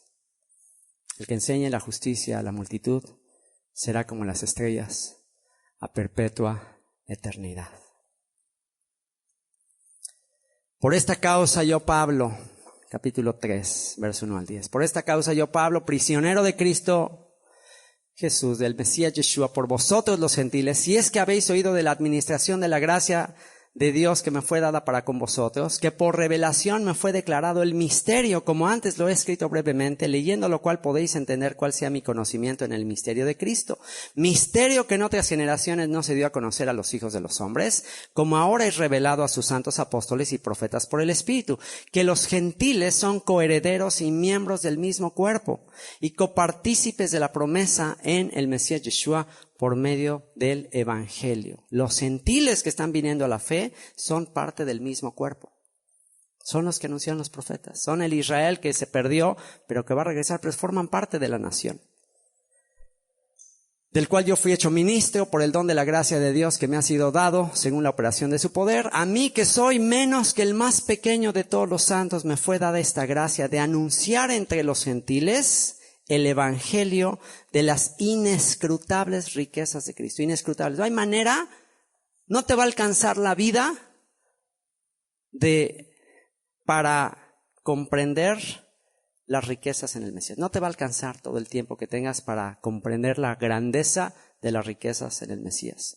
Y de aclarar a todos cuál sea la dispensación del misterio escondido desde los siglos en Dios, que creó todas las cosas, para que la multiforme sabiduría de Dios sea ahora, y este verso 10 está muy impactante, para que te enteres que tu misión como discípulo de Yeshua no solo es predicarle a otra gente. Tu misión como discípulo de Yeshua no nada más es predicarle a otros seres humanos. Tu misión como discípulo, como hijo de Dios, es, verso 10, para que la multiforme sabiduría de Dios sea ahora dada a conocer por medio de la iglesia, ¿a quiénes? A los principados y potestades en los lugares celestiales. Tu vida, solo por obedecer, solo por estar guardando la Torah, ya es un testimonio y una predicación de humillación a las huestes espirituales de maldad.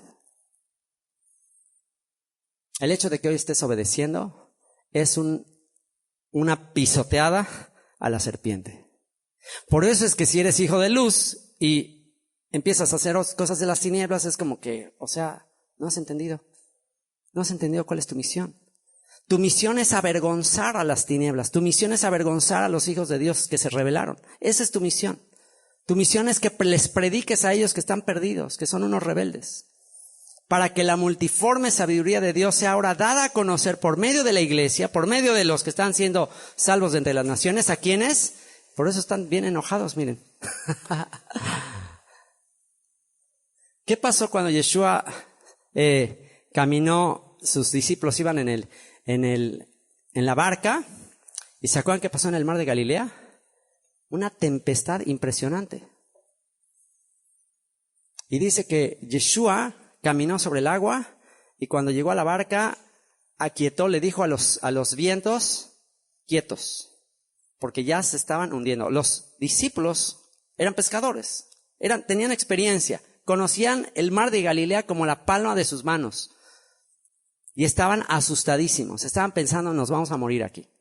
¿Qué quiere decir? Que esa tormenta no era una tormenta normal, esa era una tormenta sobrenatural.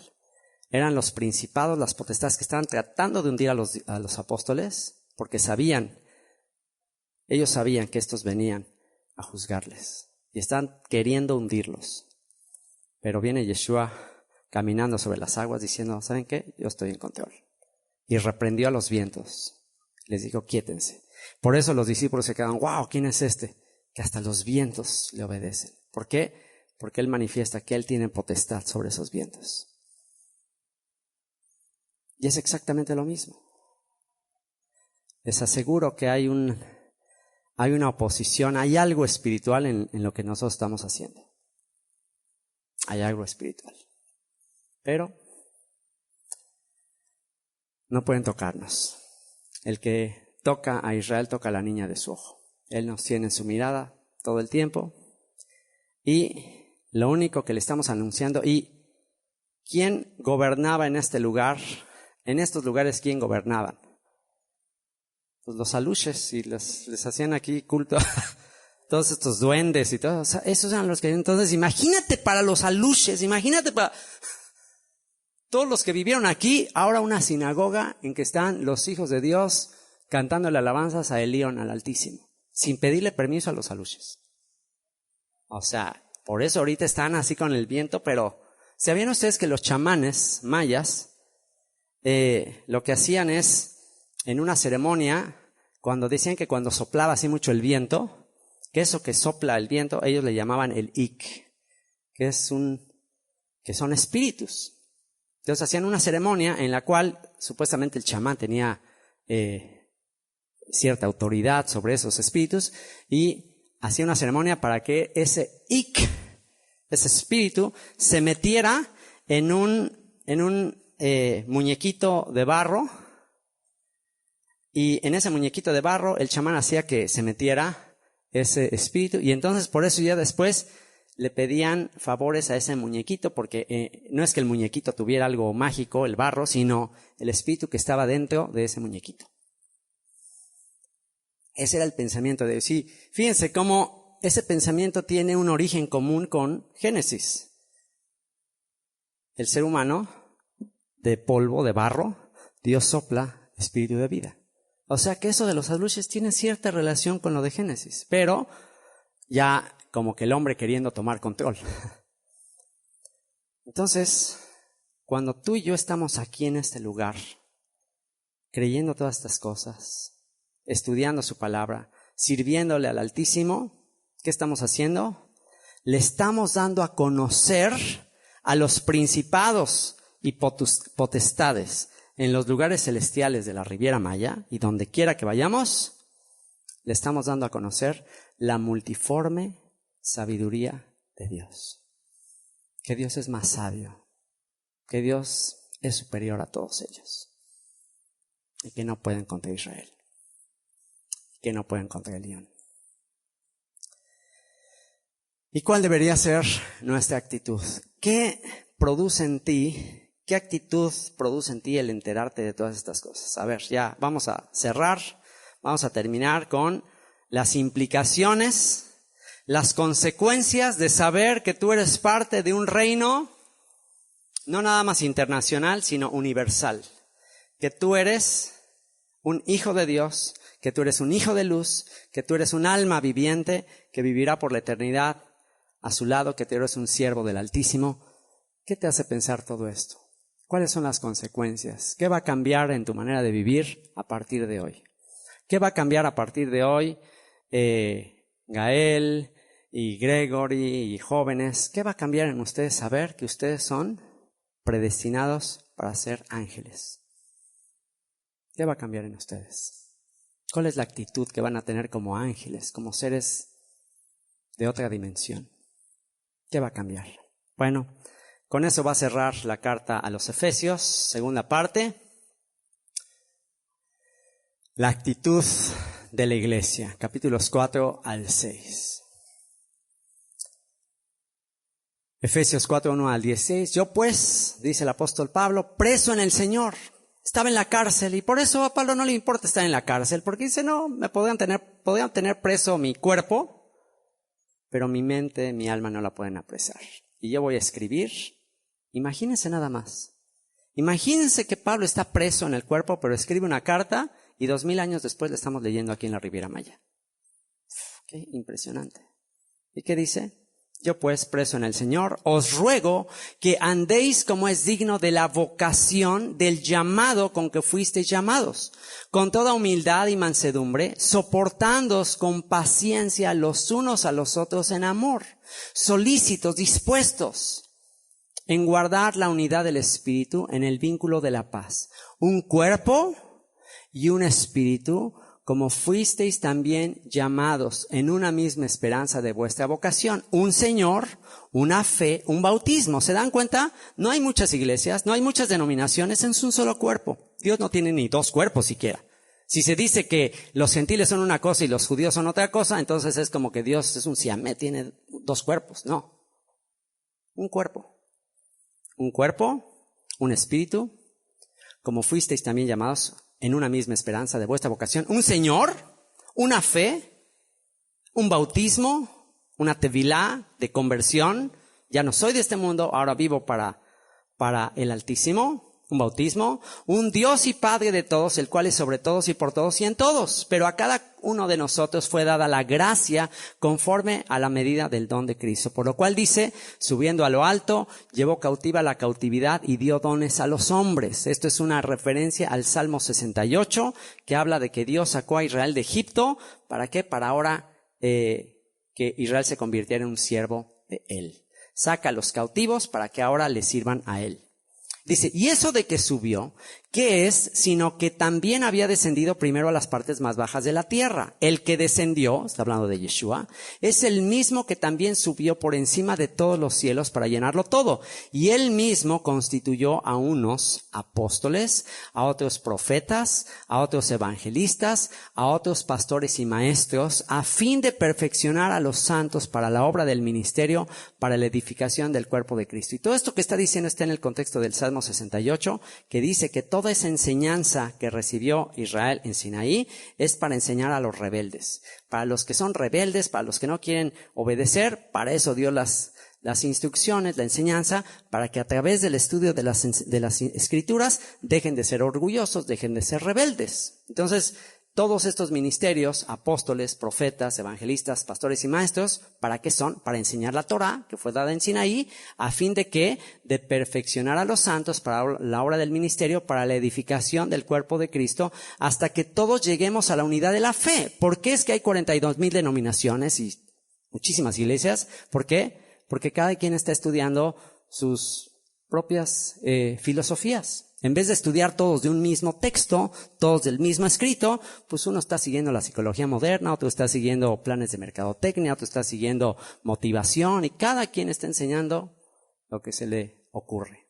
Pero si todos enseñáramos de la misma fuente, de las mismas escrituras, entonces los santos serían perfeccionados para la obra del ministerio, para la edificación del cuerpo de Cristo, hasta que todos lleguemos a la unidad de la fe y del conocimiento del Hijo de Dios, a un varón perfecto a la medida de la estatura de la plenitud de Cristo, para que ya no seamos niños fluctuantes, llevados por doquiera de todo viento de doctrina, por estratagema de hombres. Fíjense, estratagema de hombres, estrategias humanas.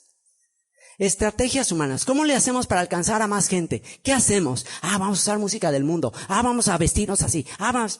Estratagemas de hombres. Estrategias de hombres. No hagas eso. Solo enseña la palabra de Dios. Eso es lo que la gente necesita. La gente no necesita modas y tendencias. O sea, la gente necesita la palabra de Dios. Por estratagema de hombres que para engañar emplean con astucia las artimañas del error. Sino que siguiendo la verdad en amor, es muy importante, sigue la verdad mejor, enseña la verdad, pero enséñala en amor. No nada más la verdad así sola, la verdad en amor. Crezcamos en todo en aquel que es la cabeza, esto es Mashiach, el Mesías, de quien todo el cuerpo, bien concertado y unido entre sí por todas las coyunturas que se ayudan mutuamente, según la actividad propia de cada miembro, recibe su crecimiento para ir edificándose en amor. Esto pues digo y requiero en el Señor, Efesios 4, 17 al 20, esto pues digo y requiero en el Señor, que ya no andéis, y subraya esa frase que está ahí, que ya no andéis como los otros gentiles. ¿Te das cuenta? Hay dos tipos de gentiles. hay dos tipos de gentiles, hay dos tipos de extranjeros. Los israelitas extranjeros y los extranjeros extranjeros. Los israelitas extranjeros son los acrobustias, son los que votaron la alianza, eran parte de Israel, pero se quisieron hacer gentiles. Y los gentiles, los extranjeros gentiles. Ahora, ¿cómo sabes si tú eres israelita gentil? ¿Cómo puedes saber? Pues porque tienes las arras del Espíritu, porque tienes el nuevo pacto. El nuevo pacto es con Israel. Entonces, los otros gentiles, ¿cuándo van a venir? Cuando se inicie el segundo éxodo. Cuando se inicie el segundo éxodo, cuando entonces salgamos de entre las naciones, ahí sí se van a unir ya gentiles. Pero mientras tanto, el llamado es para israelitas gentiles. O sea que si eres de Cristo, si recibiste el llamado, no eres gentil, eres israelita gentil. Eres israelita mezclado entre las naciones. Entonces, ya que entendiste que eres israelita, bueno, estás entre las naciones. ¿Para qué? Para hacer luz a las naciones, para provocar a celos al Israel identificado. Y dice, esto pues digo y requiero en el Señor que ya no andéis como los otros gentiles. ¿Te comportabas como un gentil fuera del pacto? Que andan en la vanidad de su mente, teniendo el entendimiento entenebrecido, ajenos de la vida de Dios, por la ignorancia que en ellos hay, por la dureza de su corazón. Pero tú no tienes por qué ser ignorante, porque a ti se te reveló la voluntad de Dios. Tú conoces su voluntad, tú tienes la Torá, tú tienes las instrucciones. Pablo le dijo a los en el capítulo 2 de los Romanos, le dice al judío, tú conoces su voluntad, tú instruido por Dios sabes lo que es bueno. Tú que enseñas a otros, ¿no te enseñas a ti mismo? Y dice, esto pues digo y requiero en el Señor, que ya no andéis como los otros gentiles, que andan en la vanidad de su mente, teniendo el entendimiento entenebrecido, ajenos de la vida de Dios por la ignorancia que en ellos hay, por la dureza de su corazón, los cuales después que perdieron toda sensibilidad, se entregaron a la lascivia para cometer con avidez toda clase de impureza. Y los gentiles tenían una oportunidad. Desde Adán hasta la Torre de Babel, los gentiles, o sea, las naciones tenían una oportunidad de conocer al Dios de la creación. Antes de Abraham no había Dios de Abraham o Dios de Israel, no existía, era el Dios, el creador. Pero en la Torre de Babel, cuando las naciones ya dicen, no queremos nada con este Dios, con el Altísimo, queremos irnos por los dioses, por estos ángeles, pues en ese momento Dios se desentiende de las naciones y elige a Israel. Pero antes era el Dios de todos los seres humanos. Pero los seres humanos rechazaron al Creador y dice, los cuales después que perdieron toda sensibilidad se entregaron a la lascivia para cometer con avidez toda clase de impureza. Mas vosotros, ¿y te das cuenta que hay una diferencia entre ellos y ustedes que son de Cristo? Mas vosotros no habéis aprendido así a Cristo. Tú tienes otro destino, otro llamado. Efesios 5, 1 al 11. Sed pues, sigue con las consecuencias, con las actitudes de ser una nación santa, israelitas entre las naciones. Sed pues imitadores de Dios como hijos amados, y andad en amor, como también Cristo nos amó y se entregó a sí mismo por nosotros, ofrenda y sacrificio a Dios en olor fragante. Pero fornicación y toda inmundicia o avaricia ni aun se nombre entre vosotros. ¿Te das cuenta? Ni siquiera hables de esas cosas, ni toques esos temas. Fornicación, pornografía, relaciones sexuales ilícitas, placeres de la carne, ni hables de esas cosas. Como conviene a santos.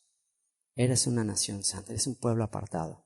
Ni palabras deshonestas, palabras falsas de rompimiento del pacto, de infidelidad, ni necedades, ni truanerías, ni albures, ni vulgaridades que no convienen, sino antes bien, en vez de estar hablando basura, que hables acciones de gracias. Que todo el tiempo de tu boca salgan acciones de gracias. Gracias. Oye, gracias por esto. Oye, gracias. Papá, muchas gracias. Mamá, muchas gracias. Oye, muchas gracias. Oye, qué lindo. Oye, qué buena. Wow, o sea, expresa gratitud. Es común, es naturaleza humana Siempre ver el pelo en la sopa. Siempre, no, y esto está mal, y esto está mal. Criticar todo, estar con una cara así que como si tuvieras un pedacito de popó debajo de la nariz. O sea, es normal. Está hablando todo, está feo, contradiciendo todo. O sea, es así andan todos los gentiles. Ya, quítate el pedazo de popó debajo de la nariz, ya. Respira. Gratitud, alegría. Di gracias, sé expresivo. Tienes que aprender a ser expresivo, tienes que aprender a decir gracias, tienes que aprender, porque para eso fuimos creados, para expresar alabanza. Este pueblo creado para mí, mis alabanzas publicará. Tienes que ser el alma de la fiesta, tienes que ser el que sazona un lugar, el que está alegre, el que anima a los demás, no el que llegue y ya llegó este amarguetas, o sea, no, tienes que ser el que alegra. Sino antes bien acciones de gracias. Porque sabéis esto, que ningún fornicario o inmundo o avaro que es idólatra tiene herencia en el reino de Cristo y de Dios. Ningún fornicario o inmundo, impuro o avaro que solo estaba haciendo business y pensando en dinero, quiero más dinero, más dinero, más dinero. Entonces no eres parte del reino. Tu mente, tu corazón está en este mundo. Donde está tu tesoro, ahí estará tu corazón. Si tu tesoro está aquí en la tierra, pues ahí, tu corazón va a estar nada más ahí. ¿Sabéis esto? Que ningún fornicario, inmundo o avaro que es idólatra tiene herencia en el reino de Cristo y de Dios. Nadie os engañe con palabras vanas, porque por estas cosas viene la ira de Dios sobre los hijos de desobediencia. Deja de seguir vanidades, vanidades. No seáis pues partícipes con ellos, porque en otro tiempo erais tinieblas, mas ahora sois luz en el Señor. Andad como hijos de luz. ¿Qué es la luz? Lámpara es a mis pies tu palabra y lumbrera a mi camino. Eres hijo de luz, eres hijo del mandamiento. Sigue los mandamientos. Porque el fruto del Espíritu es en toda bondad, justicia y verdad, comprobando lo que es agradable al Señor. Y no participéis en las obras infructuosas de las tinieblas. No participes, no inviertas, no gastes dinero, no hables de esas cosas, no hagas algo para contribuir en las obras infructuosas, sin fruto de las tinieblas, sino más bien reprendedlas. No seas parte del sistema de las tinieblas, más bien repréndelo.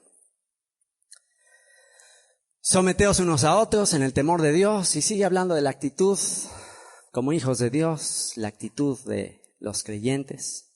Someteos unos a otros en el temor de Dios. Las casadas estén sujetas a sus propios maridos. Estamos en el capítulo 5, versículo 21 al 33. Las casadas estén sujetas a sus propios maridos como al Señor, porque el marido es cabeza de la mujer, así como Cristo es cabeza de la iglesia, la cual es su cuerpo y Él es su Salvador. Por eso Yeshua murió en el Gólgota, en el monte de la calavera.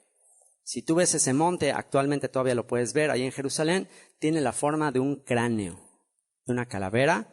¿Por qué? Porque Él es la cabeza de todos los huesos secos. ¿Y los huesos secos quiénes son? La casa de Israel.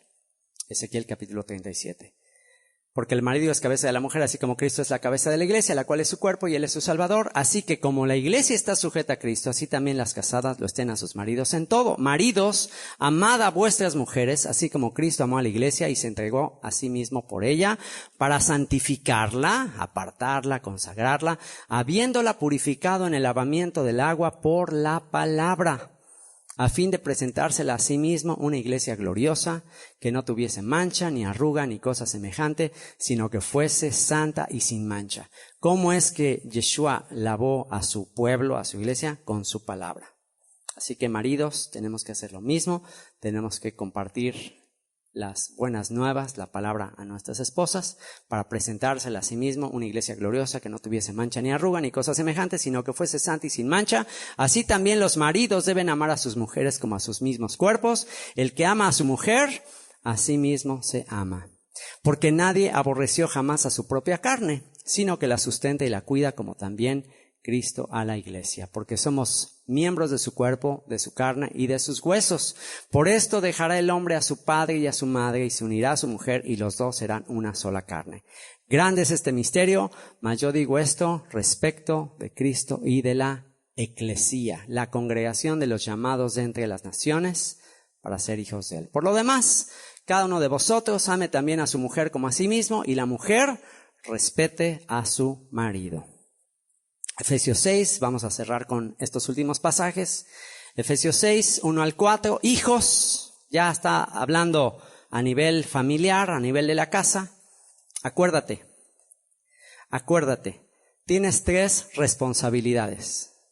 Responsabilidades ante el Creador, ante el Altísimo, ante la comunidad a la que pertenecemos. ¿A qué comunidad pertenecemos? A Israel, y a tu familia, a tu casa. Y aquí ya está en el ámbito de la casa: maridos amen a sus esposas, mujeres respeten a sus maridos, hijos, obedecer en el Señor a vuestros padres, porque esto es justo. Honra a tu padre y a tu madre, que es el primer mandamiento con promesa, para que te vaya bien y seas de larga vida sobre la tierra. Y vosotros, padres, no provoquéis a ira a vuestros hijos, sino criadlos en disciplina y amonestación del Señor. Tienes que amonestar a tus hijos. Cuando ves que se están apartando, tienes que amonestarlos, tienes que jalarlos para que se acerquen al Señor. Y despedida, Efesios 6, 10 al 12, y Efesios 6, 23 al 24, los últimos textos que vamos a leer de la carta. Efesios 6, 10 al 12 dice: por lo demás, hermanos míos, fortaleceos en el Señor y en el poder de su fuerza, vestíos de toda la armadura de Dios, para que podáis estar firmes contra las acechanzas del diablo. Porque no tenemos lucha contra sangre y carne, sino contra principados, contra potestades, contra los gobernadores de las tinieblas en este siglo, contra huestes o ejércitos espirituales de maldad en las regiones celestes. ¿Cómo te puedes preparar para esta guerra? Estamos en una guerra. ¿Jóvenes sabían eso? Estamos en una guerra. Mientras estemos en este mundo controlado por el maligno, estamos en guerra. ¿Y cuáles son las armas de nuestra guerra, de nuestra milicia? Las armas de nuestra milicia no son carnales, sino poderosas en Dios para la destrucción de fortalezas. Derribando todo argumento que se levanta, todo argumento y altivez y arrogancia y orgullo que se levanta en contra del conocimiento de Dios, y llevando cautivo todo pensamiento a la obediencia a Cristo. Llevando cautivo todo pensamiento a la obediencia a Cristo. ¿Cómo lo puedes hacer? Memorizando. Memoriza la Escritura, memoriza Salmos, memoriza la Escritura, y cada vez que estés en una guerra, en vez de, me voy a ir al gimnasio no, mejor ejercita la memoria, aprende la palabra. Tu espada, tu arma, no es carnal, tu arma es la espada de 2 filos, que es la palabra de Dios. Y con eso vas a derribar todos los dardos de fuego del enemigo. ¿Cuáles son los dardos de fuego del enemigo? Ahí te va un dardo de fuego. Gael, mira, para que te vean, ponte bien fuerte y apantályalos. A las chicas, mira, así, muéstrales tus músculos. No, es un dardo de fuego. ¿Y sabes qué? No. Claro, por salud sí lo voy a hacer, pero no. Yo no. Si de alguna manera en este ámbito, vas a llamar la atención, es que vean que eres entregado, dedicado, que amas al Señor, que le sirves, que eres humilde, y ahí sí vas a ver que van a así como, no iba a decir una palabra fea, como abejitas, como abejas por la miel. Así es. Entonces, es tu santidad, es tu devoción, es tu humildad. Eso es lo que va a hacer. Las armas de nuestra milicia no son carnales, son poderosas en Dios para la destrucción de fortalezas. No tenemos lucha contra carne y sangre, sino contra principados, contra potestades, contra los gobernadores de las tinieblas de este siglo, contra huestes espirituales de maldad en las regiones celestes. Y último texto, Efesios 6, 23 al 24. Paz sea a los hermanos y amor con fe de Dios Padre y del Señor Yeshua el Mesías. La gracia sea con todos los que aman a nuestro Señor Yeshua el Mesías, con amor inalterable. Amén. Amén. Oración por revelación de la pieza 49 del rompecabezas. Vamos a leer el texto que embona Efesios en todo el rompecabezas de la Biblia. Y este texto que embona a Efesios es Efesios 2, 11 al 22. Por tanto, acordaos de que en otro tiempo vosotros, los gentiles, en cuanto a la carne, erais llamados incircuncisión por la llamada circuncisión hecha con mano en la carne. En aquel tiempo estabais sin Cristo, alejados de la ciudadanía de Israel. Israel, el que vence con Dios. Israel, Yashar, el recto de Dios, el que sigue al Altísimo. Alejados de la ciudadanía de Israel y ajenos a los pactos de la promesa, sin esperanza y sin Dios en el mundo. Pero ahora, en el Mesías Yeshua, vosotros que en otro tiempo estabais lejos, habéis sido hechos cercanos por la sangre del Mesías. Porque Él es nuestra paz, que de ambos pueblos hizo uno, derribando la pared intermedia de separación, aboliendo en su carne las enemistades, la ley de los mandamientos expresados en ordenanzas, estos dogmas que hicieron los rabinos para mantener separados a los gentiles.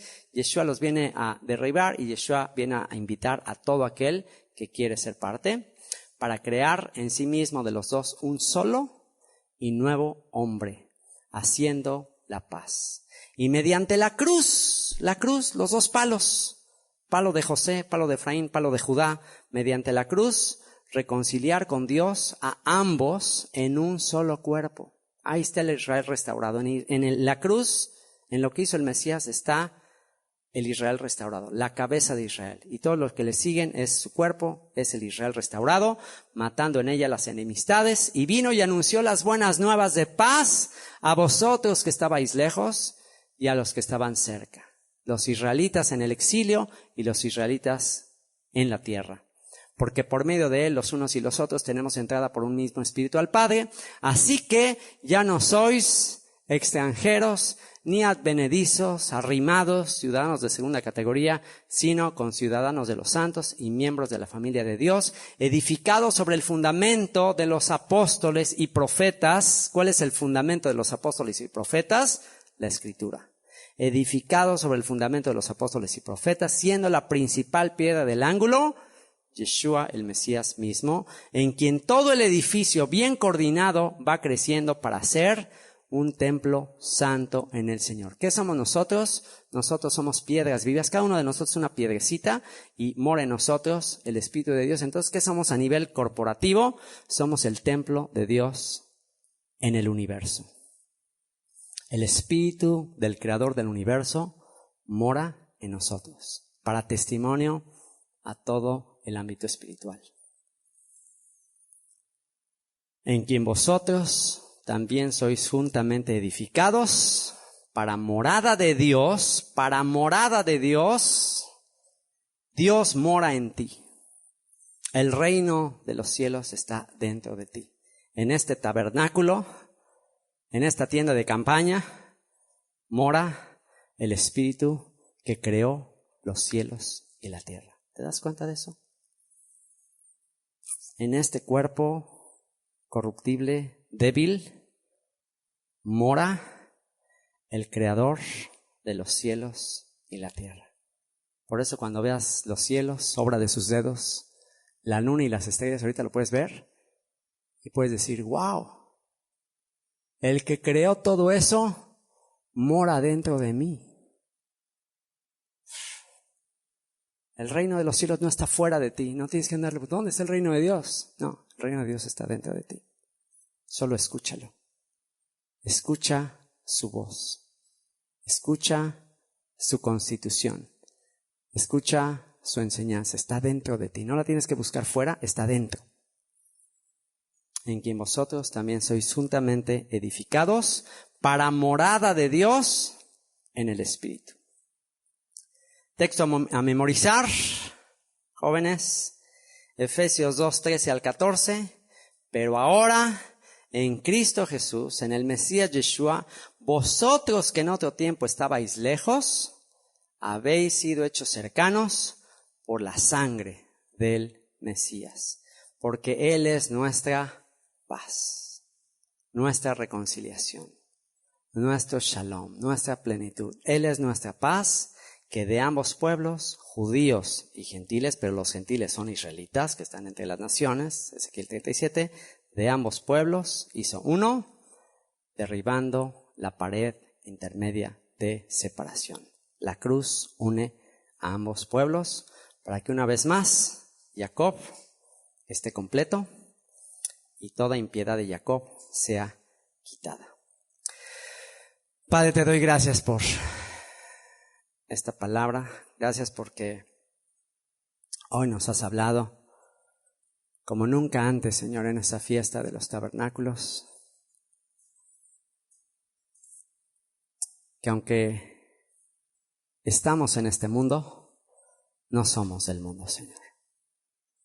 Tenemos un llamado sublime, un llamado alto, un llamado eterno.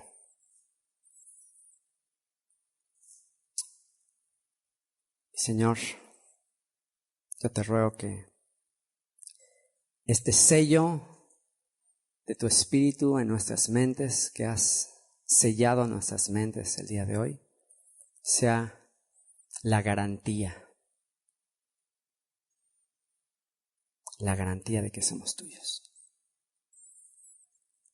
Pónganse de pie todos los que tengan en su mente la garantía de que eres su hijo. Pónganse de pie todos los que digan, yo tengo en mi mente la garantía de que le pertenezco. ¿Cuál es la garantía? Que quiero conocerle, que quiero agradarle, que quiero cumplir su voluntad. No siempre es tan fácil. La carne lucha contra el espíritu, pero en mi mente me deleito en la ley de Dios. En mi mente quiero hacer su voluntad. Y si tú tienes ese deseo en tu mente, esa es la garantía. Esas son las arras. Eso es lo que te garantiza que tu cuerpo ha sido adquirido y que un día este cuerpo de debilidad, este cuerpo corruptible, este cuerpo que solo busca el placer, este cuerpo que solo busca lo temporal, será cambiado, será transformado por un cuerpo de gloria. Mientras tanto, mientras somos peregrinos, extranjeros en este mundo, nunca olvides esas tiendas de campaña ya echadas a perder. A mí me está doliendo porque nosotros las compramos. A mí me está doliendo más que a ustedes. Ya nada más las veo todas rotas y con masking tape y digo, wow. Pero ¿sabes qué? No importa. Estamos de paso. Ese es el mensaje que el Señor te está mandando el día de hoy. No te afanes por las cosas de este mundo. Todo es temporal. Vanidad de vanidades, todo es vanidad. Así que gózate, alégrate en que has sellado tu frente y ha dicho, tú eres mío. Tú fuiste creado para la eternidad. Tú eres un ser celestial. Tú no eres de este mundo. Vamos a darle gracias. Bendito sea, Señor. Bendito sea, Señor. Perdóname. Si no habías entendido esto y habías vivido anteriormente queriendo vivir como este mundo y queriendo imitar los valores, los principios de este mundo, dile en este momento, Señor, completa tu obra en mí. Completa tu obra en mí, Señor. Reconozco que aún no está completa tu obra. Reconozco que aún me llama la carne, aún quiero hacer las cosas según la carne. Señor, reconozco que tengo estas tendencias, pero Señor, también reconozco que fiel eres tú y que la obra que tú comenzaste en mí la perfeccionarás hasta el día de Yeshua. Y Señor, si mi vida te sirve, levanta tus manos y dile, Señor, si mi vida te sirve para humillar a los principados, a las potestades, si mi vida te sirve para anunciar la multiforme sabiduría tuya a los principados y potestades, aquí estoy, Señor. Estoy listo para que mi vida, mis hechos, mis acciones, mis pensamientos den a conocer tu multiforme sabiduría a los principados, a las potestades. Tu amor, tu gracia eterna a esta humanidad en búsqueda de esperanza. Bendito seas por ello, Padre. En el nombre de Yeshua. Amén.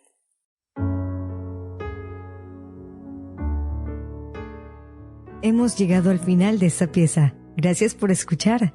Puedes hallar mucho más en www.descubrelabiblia.org.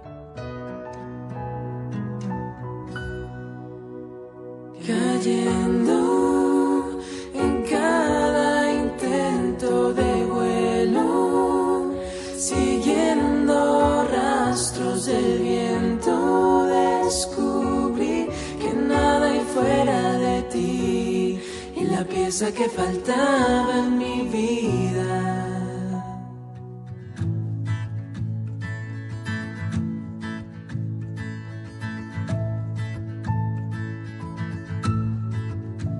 Tú puedes pensar que solo hay una forma de amar, y te quiero decir que yo solía pensar también así, creyendo que no había nada más que me llene de verdad y me diera libertad.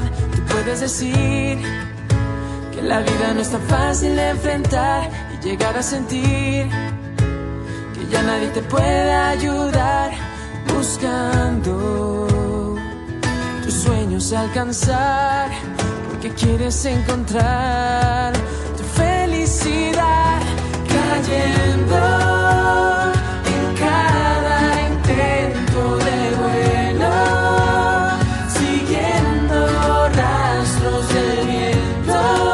Descubrí que nada hay fuera de ti, la pieza que faltaba en mi vida eras tú. Así descubrí que todo este tiempo estuvo ahí, esperando por mí, la respuesta a lo que siempre pedí, un amor demostrado en esa cruz, que mi vida cambió, mis errores borró, cayendo en cada intento de vuelo, siguiendo rastros del viento. Descubrí que nada hay fuera de ti, la pieza que faltaba en mi vida eras tú.